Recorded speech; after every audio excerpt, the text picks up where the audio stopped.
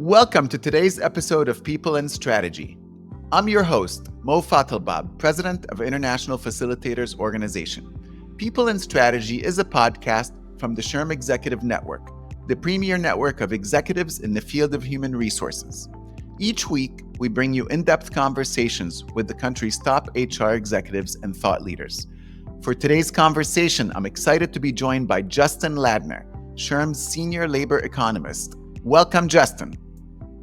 Thank you, Mo. It's great to join the podcast today. Thank you, Justin. So you are the Senior Economist at SHRM. Tell us about your education and the career path that has led you to SHRM. Yeah, so I've only been at SHRM now since April of 2024, so I'm new. It's been a very exciting time. So I'm an economist, as you mentioned. In terms of my background in education, I went to graduate school at the University of Michigan, finished up there in 2015 and came out to DC, joined a think tank. It's actually technically called a Federally Funded Research and Development Center. The government loves acronyms, so FFRDC. But it's called CNA, and basically that company works for the military mostly in doing different types of research. And I worked in military manpower and personnel policy research. From there, I worked there for about 6.5 years. I moved to AARP late 2021, and I worked on their longevity economy research. So it's basically sort of understanding the economic contributions of people 50 and older. I worked there for a little bit over 2 years, and then I joined SHRM in 2024. And it's been a very, very exciting time. Wonderful, wonderful. So Justin, you wrote an excellent article on the topic of the U.S. labor market and inflation in the fall edition of SHRM's Executive Network People and Strategy Journal.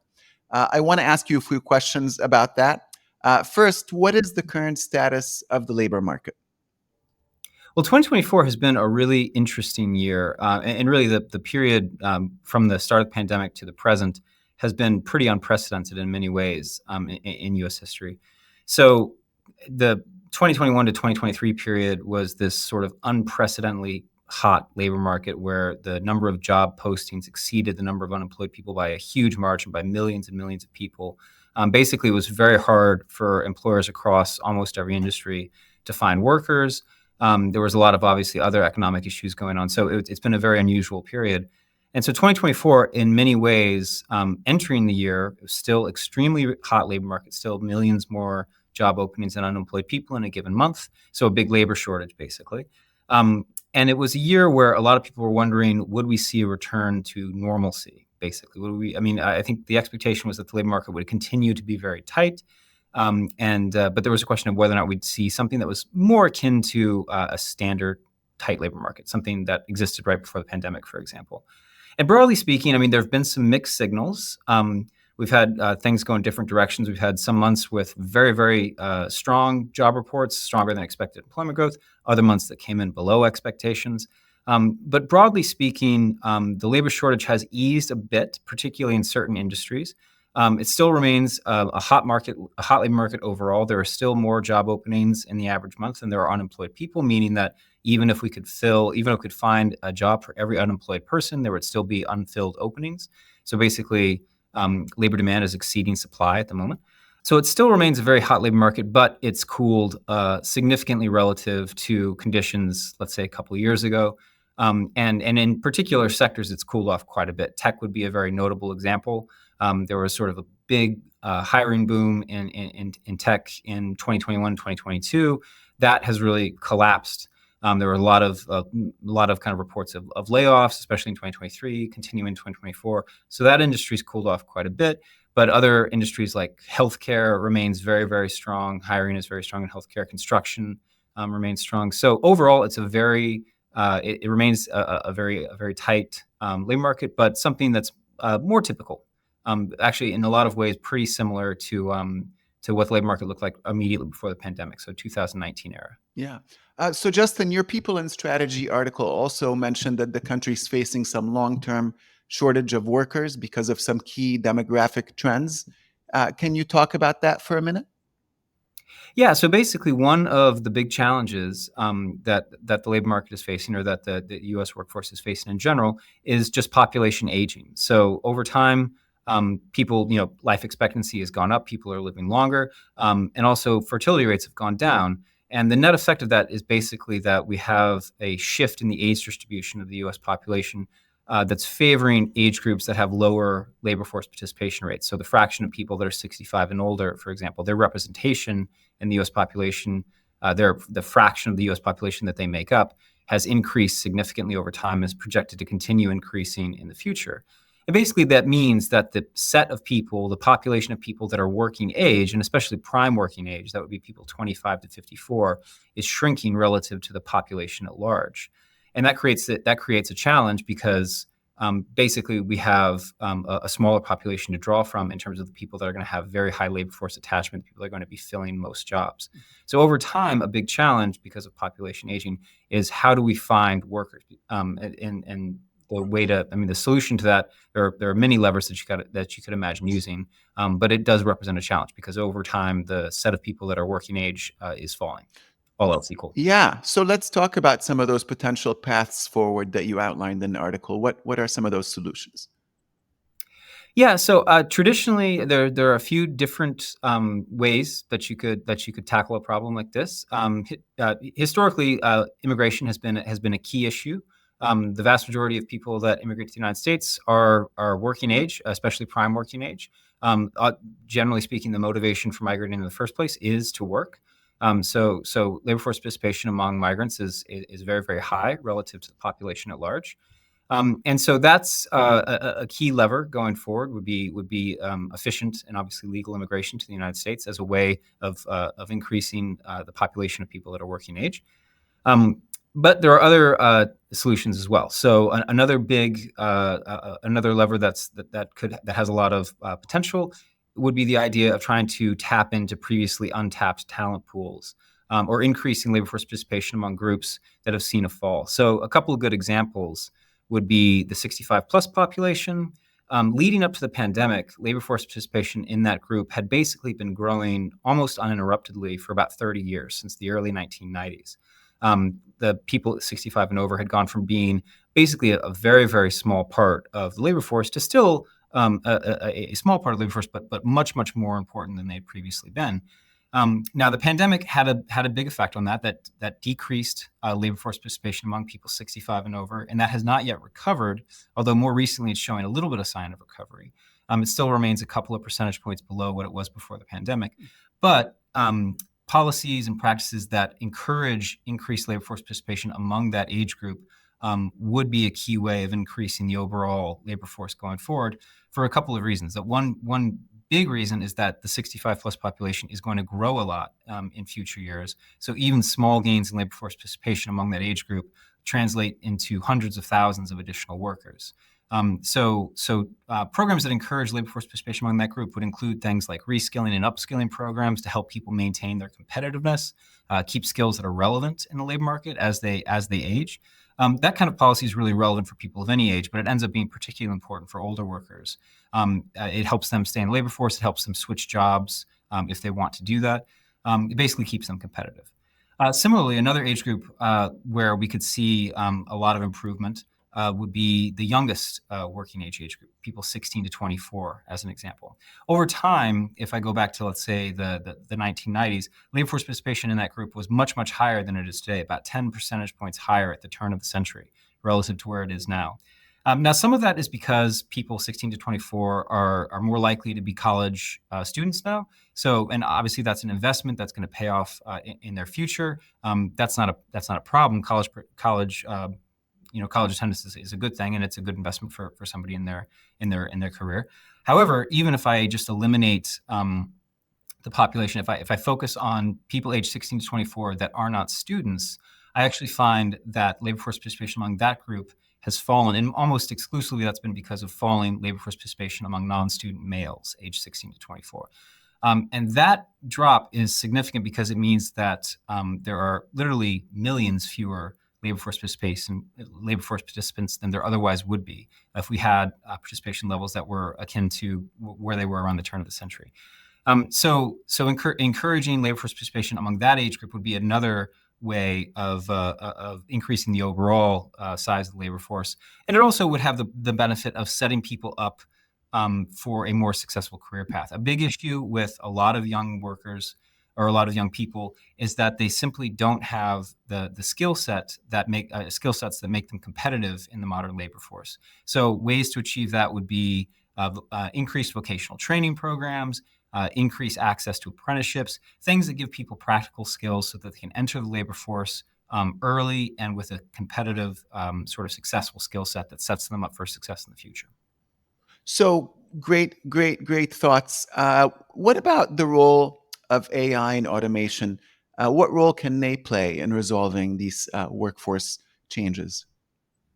That's a great question. I think it's a really hard one to answer definitively. I would say that there's maybe this is an oversimplification, but there could be about two kind of camps into how we think about AI. One camp might be that AI is, or one sort of thought process would be that AI is like any other technological change that we've gone through in the past.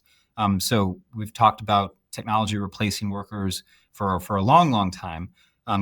Going back certainly through the Industrial Revolution and even before. And historically, big technological innovations have destroyed some jobs, they've created new jobs, and they've augmented existing labor. Generally speaking, the net effect of that has been to increase the overall demand for workers. So overall, over time, we found that technological innovation is not basically a death knell for employment. It's certainly made some skills obsolete, but it's also created new demand, and it's also made a lot of existing jobs more productive. So one sort of take would be that AI is going to be just another example of that, and that we'll see a net increase in demand for employment. Just it'll be different types of skills than what is currently the case. We're already seeing a little bit of that. We all have access to AI tools that we use to automate certain tasks. A lot of them are sort of aimed at just making people more productive rather than replacing them entirely. But going forward, I would definitely say that there are going to be some skill sets that will likely be entirely replaced by automation. The other sort of camp would be that AI represents a much more fundamental change, that it's going to wholesale replace workers in a wide variety of categories. And that replacement will not be offset by gains in other areas. It's very difficult to predict, but I think one clear takeaway is that AI tools are going to be part of the solution to solving the labor shortage, in that we have a pretty clear understanding that they're going to be able to replace some skill sets. Whether or not they're going to, the breadth of that replacement, I think, is an open question. Yeah. Okay. So we've talked about automation and AI. We've talked about the 18 to 24 age group of males specifically. We've talked about the 65 and older. What other potential pools of labor might there exist for people to tap into? Yeah, that's a great question. There's sort of we've also talked about immigration as being a key labor pool to tap into. There's other untapped talent pools that the SHRM Foundation, for example, has emphasized, would be formerly incarcerated people as an additional source of labor. I think one key issue is, even among people that are prime working age, I guess one other thing that I would point out is that overall labor force participation among males of any age, except for people 65 and over, has been falling for quite some time. So if I looked at overall male labor force participation since the 1950s, since basically the middle of the 20th century, that participation rate has been falling. Now, that's a complicated thing. There are several reasons for that. One reason is that labor force participation is a household decision in lots of contexts. So as the labor force participation of women has increased, that has been offset in some sense by a decrease in male labor force participation. Different types of household arrangements have evolved. So there are stay-at-home dads now. That's something that happens fairly regularly, where that would have been pretty unusual in the past. So these decisions can be optimal. It's not necessarily the case that labor force participation always has to be rising for a particular group. But I think you could make the argument that labor force participation among males, particularly young males, as I already mentioned, has been falling for some reasons that are not necessarily good. And so strategies aimed at basically making sure that every age group in the population, every demographic in the population has a competitive skill set or has access to the tools they need to attain a competitive skill set, that would, broadly speaking, be a good strategy towards maximizing the possible size of the labor force. All right. Thank you, Justin. Let's shift gears a little bit because a lot of the conversation today is about interest rates and inflation. What are you seeing right now? Yeah, so I mean, this has been a big topic for several years now, really dating back to 2021 and 2022. We had this huge inflationary bubble. A lot of different reasons for that. There were a lot of sort of really unprecedented supply chain issues that I'm sure everyone has heard about. There was obviously a big federal spending that all surrounded the pandemic. All of the lots of different factors really contributed to this inflationary bubble, and the Fed's response to that was the classical response of raising interest rates. Basically, the idea is we raise interest rates as a way to suppress aggregate demand for goods and services by making investment more expensive, by making consumer spending more expensive. So the idea is we raise interest rates in order to try to combat inflation. It's a necessary policy in the long run, but it is also a risky policy because when you do that, when you raise interest rates to sort of depress economic activity, you run the risk of basically putting the economy into a recession, and that was a concern for a long time. There was a lot of discussion. I'm sure everyone's heard the term soft landing. Basically, that idea is the goal of how can we solve the inflation crisis without sending the economy into a recession. So can we achieve that soft landing? Basically, a return of inflation to normal without incurring a recession. So there was a lot of anxiety about that. Now, heading into 2024, I think there was a lot of tension about what the Fed was going to do because interest rates had been elevated for some time. And the thing is, the Fed was able to get away with it because the economy in general and the labor market in particular had proven to be very, very resilient during this period. So the U.S. economy had been doing quite well, certainly relative to peer economies around the world. The labor force continued to be extremely hot. There was still very, very healthy demand for labor, especially relative to supply. So the economy was actually humming along at a good pace on average, despite the fact that we had these high interest rates. However, entering 2024, we started to get some mixed signals about more depressed economic activity. So, start of the year, the labor market still appeared to be very, very strong. In fact, there was a couple of indications of potential return of inflation. I think, if I'm recalling correctly, the first quarter employer cost index came in a little bit above expectations, which led to some fears about wage inflation. However, over the summer and leading into the fall, we started to get very consistent evidence that inflation was cooling, that the labor market itself was also cooling. And that has, I think, given a lot more clarity to what the Fed's likely response is going to be heading forward. So June, July, August, we had 3 consecutive job reports that came in below expectations and that were weak relative to what they had been in more recent in previous months. And so that led to this concern that the labor market was actually cooling a little bit too fast. And the Fed responded in September with its first rate cut. It was a 50 basis point, half a percentage point rate cut, largest since 2009.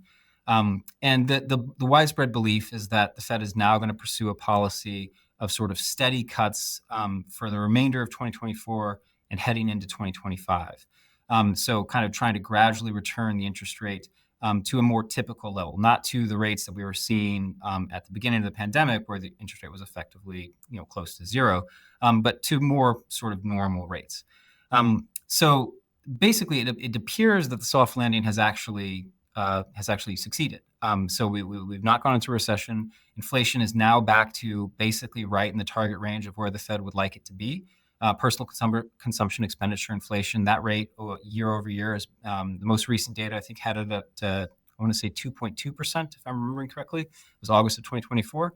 And that's right close to the Fed's 2% target. So basically, inflation has largely returned to where it's viewed as being kind of a healthy value. And the overall economy still appears to be pretty strong. The labor market had a great jobs report in September of 2024 that just came out, I think, last week. And the economy added 250,000 jobs, which was way above analysts' expectations.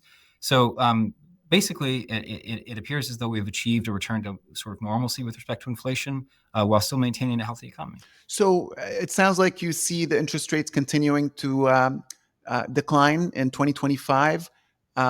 Yes and no. And then, of course, where do you see inflation going in 2025? So I would say that right now, certainly the expectation. I mean, there's always shocks that can change the landscape, but right now the expectation is that the interest rates will steadily decline, probably throughout 2025, as long as there's no sort of signs of any kind of crisis or return of inflation or anything like that. In terms of where inflation will head, it'll probably stay right around where it currently is. As interest rates lower, that's going to encourage greater consumer spending. That's going to encourage greater investment. Basically, it's going to push up, all else equal, aggregate demand for goods and services. And what we would expect that to do would be to put some upward pressure on inflation. Now, the Fed would likely pursue a very gradual policy to avoid any return of high inflation. So I would expect inflation to stay roughly around where it currently is, as the Fed gradually lowers rates over the next, let's say, 18 months or so. All right, so let's shift to another important topic, and that is tariffs. So maybe give us a simple, basic education as to the impact of tariffs on the economy, on businesses, etc. Yeah, so this is I wish I had a whiteboard that we could turn to kind of do a little supply and demand graph. But the basic idea with tariffs is you are putting effectively a tax on an imported good or service, and that is raising the price of that. Now, the incidence of tariffs, who's paying the tariff, is basically on the domestic side. So, in the simple sort of supply and demand world, what a tariff does is it makes a good or service more expensive for a domestic consumer, and that's because if I'm buying it from abroad, I now have to pay this additional tax on that good or service. It benefits domestic producers of that good or service because it increases the price at which they can sell their good or service and be competitive. So, for example, if I had a tariff on cars from foreign producers, that would benefit American car makers because it means that they can charge a higher price for their good or service and still be competitive with their foreign counterparts. But it makes consumers worse off, all else equal. Domestic consumers worse off because they're paying a higher price than they otherwise would. Does that contribute to inflation? Well, it could. It sort of depends. I mean, overall, it depends on the sort of extent. Like if everything had a tariff on it, that could be obviously very significant. I mean, the fact of the matter is most goods or services in the United States are domestic goods and services. So imports are important, but they're actually a relatively small part of the overall economy. We all buy things that are produced in foreign countries, but just day to day, if we think about the goods and services that we use on a daily basis, certainly a lot of them come from foreign countries, but actually most of them are domestic. So the key issue with tariffs, though, is that they definitely have they have some negative consequences for consumers, for domestic consumers especially. There are, however, in the long run, there can be justifications for why you might have a tariff. So, for example, if one big outcome of the pandemic was this realization that we have a lot of exposure to very fragile global supply chains. And so one issue with relying on foreign producers of goods and services is that if some huge shock comes along, like a pandemic or a geopolitical conflict, we can all of a sudden not have access to a good or service that we really rely on very, very heavily. So one argument in favor of a sort of a selective tariff that's targeted at a very sort of important good or service would be that it's important to produce that service or good domestically because in the event of a shock, we can actually insulate ourselves from that. A great example, this is not a tariff necessarily, but the CHIPS Act is all about encouraging domestic production of semiconductors, among a few other things. It's not specifically a tariff, but it effectively is making it cheaper for producers to produce domestically. That would include actual U.S. firms producing chips like Intel, but it also includes foreign firms that would have manufacturing facilities on U.S. soil. The whole sort of motivation behind that act was this realization that in the pandemic we had this sudden kind of cutoff of supply of chips because they relied on complicated global supply chains that were really, really disrupted by the pandemic and a number of other things. So it's a strategic asset. Chips are incredibly important to a lot of what we do on a day-to-day basis. So encouraging their domestic production actually has a very strong justification. So that would be one reason to use tariffs. I mean, another reason to use tariffs would be if a global supply chain, or if a good or service that is being imported created geopolitical tensions or was for whatever reason not politically sustainable. So, for example, if it was if there was a good or service that was provided exclusively from an economy that was for whatever reason not getting along with the U.S. or had some other conflict that was important for U.S. interests, that would be another justification for a tariff. I think broadly speaking, there's widespread agreement that it doesn't make sense to have sweeping tariffs on basically anything that's imported. But you could make arguments for specific goods or services for some of the reasons that I just outlined. Great, great. Thank you for breaking that down for us. Let's talk about tax hikes. How do they impact different demographics of the workforce? So that's a great question. It's an expansive question. So it depends on what types of taxes we're talking about, right? So we might be talking about income taxes as an example. When people think about tax hikes, I think they're usually thinking about income taxes. The general idea with changes in income taxes is that when you increase in income tax, you're basically sapping away money that people would otherwise be spending. However, the effect of that sort of depends on who is paying the tax. So if you increase income taxes on kind of lower income people or middle income people, what that would largely translate to would be less spending by that group, because most of the money earned by that group ends up being spent. So if I tax them more, then their spending will decline. Now, that spending might in some ways be offset by increased government spending from taxes. But generally speaking, if a tax is falling more on working class or middle class people, that's going to translate into reduced spending by that group. For higher income people, particularly millionaires, billionaires, the effect of an increase in income tax on that population could be very different. That could translate more into a decrease in savings among that group, because it's not the people that are in that tax bracket or they're in that income level are not spending their entire income. There's a much higher propensity to save. So increasing taxes on that group could have a different effect, mostly operated through reduced savings rather than reduced spending. Now, there's other types of tax increases, right? So we could talk. A tariff is, one way of thinking about a tariff is that it's a tax in a particular market for the good or service that is where the tariff is being imposed. Those are distortionary taxes in the sense that they move a market away from its sort of unregulated perfect equilibrium.